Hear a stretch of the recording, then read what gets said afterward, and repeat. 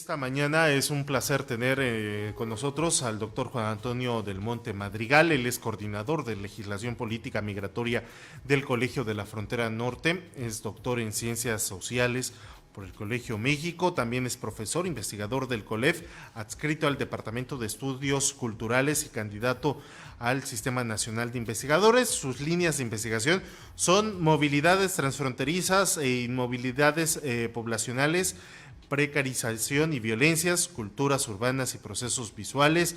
Participa también en el grupo de trabajo de desigualdades urbanas de Claxo y forma parte de la agencia migrante. Actualmente colabora en los proyectos Humanizando la Deportación y Narrativas Digitales de Defensores de Derechos Humanos de la Frontera Norte de México. Este año además publicó un informe sobre las condiciones de estancia en el campamento de refugiados del Chaparral en la frontera de Tijuana. Es un placer tenerlo con nosotros, doctor Juan Antonio. ¿Cómo se encuentra?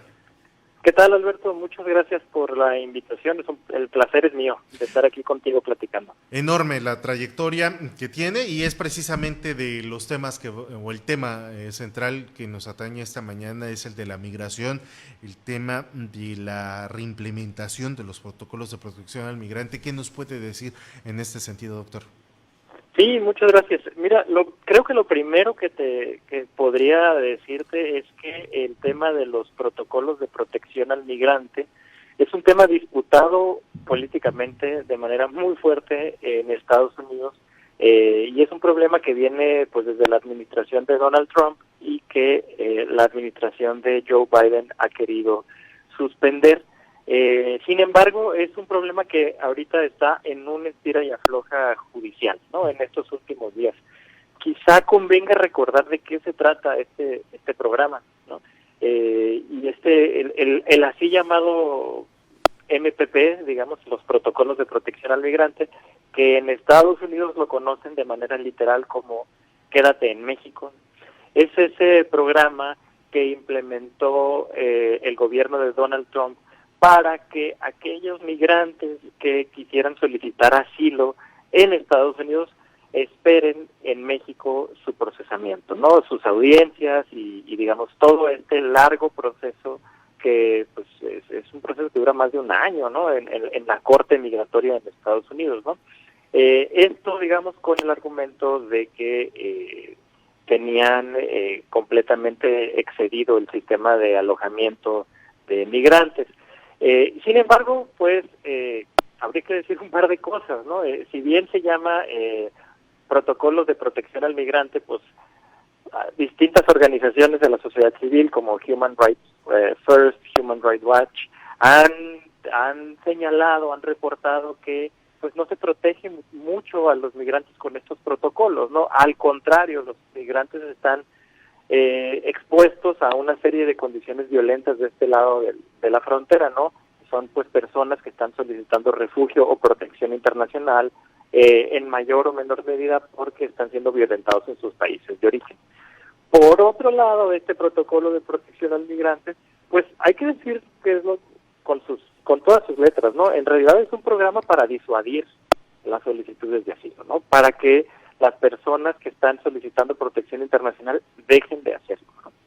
¿Qué se puede hacer? Perdón que le interrumpa, doctor, pero para aprovechar el tiempo, ¿qué se puede hacer en este sentido? Porque digo, todos los días, y lo decimos aquí en el noticiero, todos los días siguen llegando migrantes y sí, vienen huyendo de la violencia, de las condiciones económicas, pero se vuelven todavía más vulnerables, son más vulnerables al llegar y toparse con que la realidad que ellos esperaban o lo que ellos creían iba a ocurrir de llegar y que los iba a recibir y decirles, sí, pásale, estás en tu país, eres bienvenido a Estados Unidos, es no, la frontera está cerrada, no puedes ingresar y te tienes que quedar en México hasta que un juez o una autoridad diga, a ver, vamos a revisar tu solicitud de asilo y todavía no es garantía de que te vas a quedar, sino es probable que todavía te vuelva a deportar y regreses a lo que estabas viviendo.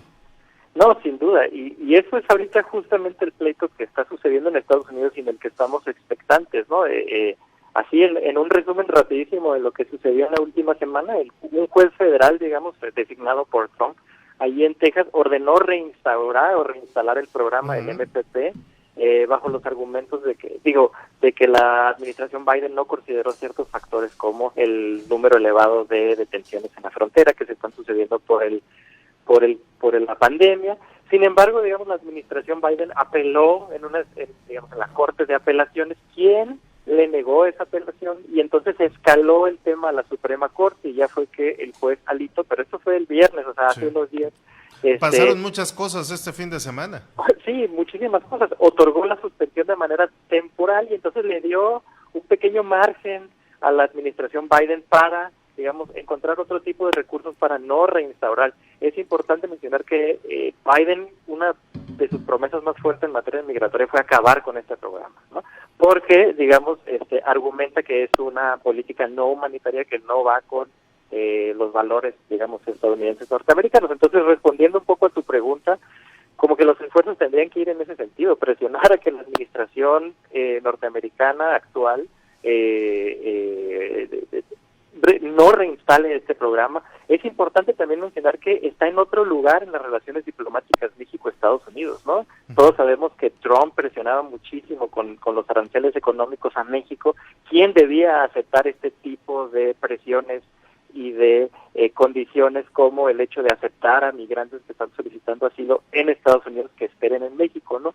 Ahora el lugar de la diplomacia México-Estados Unidos, de esas relaciones bilaterales, pues están en otro lugar.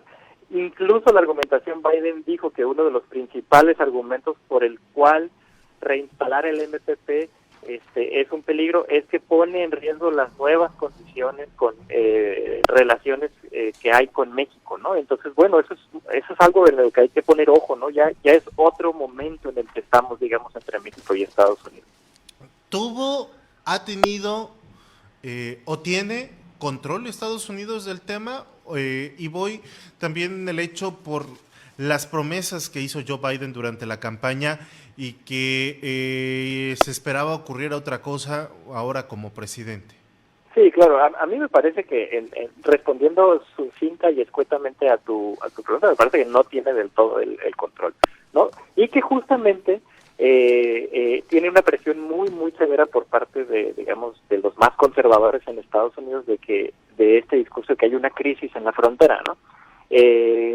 Y entonces le conviene a la administración Biden mantener la frontera cerrada, ¿no? Digamos que yo creo que ahí hay una relación, pues analíticamente es importante, pero que nos afecta, digamos, a las comunidades fronterizas en ese sentido, ¿no? A mí me parece que en tanto no tenga resuelto el problema, por ejemplo, de la enorme cantidad de migrantes que están entrando a Estados Unidos y siendo deportados de manera expedita, o las condiciones precarias, inhumanas del campamento del Chaparral, mientras no se resuelva esa situación, me parece que el tema de la frontera seguirá siendo el tema principal en Estados Unidos para, digamos, mantener a raya estos discursos ultraconservadores.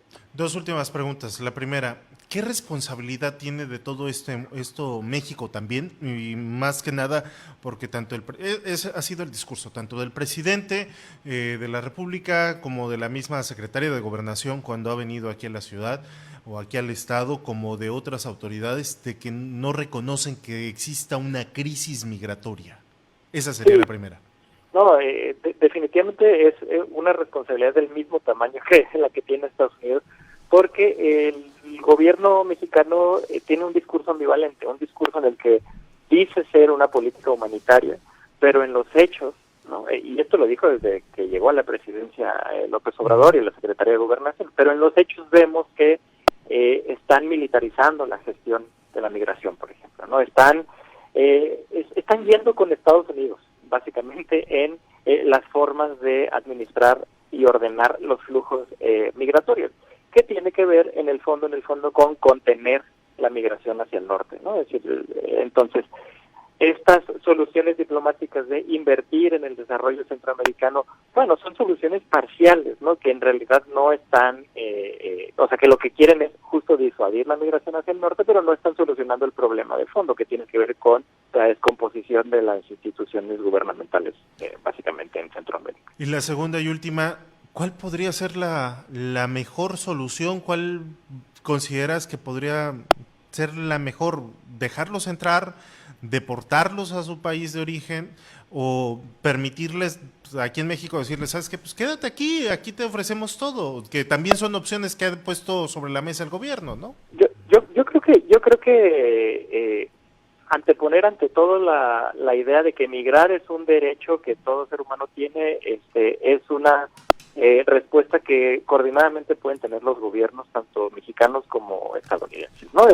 México ya definitivamente no es solo un país de tránsito, también es un país de destino para las personas migrantes, que los números de solicitudes de refugio se han elevado enormemente en los últimos 3 años, y Estados Unidos tiene una tradición de asilo y de refugio muy amplia, ¿no? Entonces me parece que aceptar la idea de que toda persona tiene derecho a emigrar cuando está en peligro sus condiciones de vida debe ser lo primordial, y en ese sentido una coordinación para procesar de manera ordenada las solicitudes de asilo creo que puede ser una respuesta para ambos países. En ese sentido la inversión debe de estar puesta, ¿no? Digamos, no es algo sencillo, pero puede invertirse ahí. ¿No empeoraría la situación al hacer eso y que se estuvieran viniendo más migrantes, más personas? Y aparte hay que agregarle, ya sé que había dicho que era la última, pero habría que agregarle también la situación que está ocurriendo en Afganistán.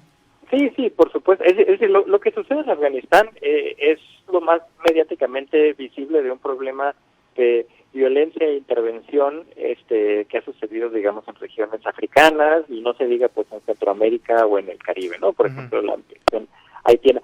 Sin duda, definitivamente, eso es parte del atractivo, digamos, del atractivo que ejerce la frontera, digamos, aquí en Tijuana lo vemos muy claro, el hecho de que más personas quieran venir, pero insisto, verlo como un problema es solo meternos el pie. Debemos entender que somos sociedades de acogida y que en ese sentido tenemos que generar una serie de políticas públicas y de inversiones para que así sea. Sin embargo, no lo veo claro que esté sucediendo, pues, ¿no? Sí, pero debemos prepararnos para ello. Eso me parece clarísimo. Perfecto. Muchísimas gracias, doctor Juan Antonio del Monte del Colegio de la Frontera Norte, por estos minutos que nos acaba de brindar.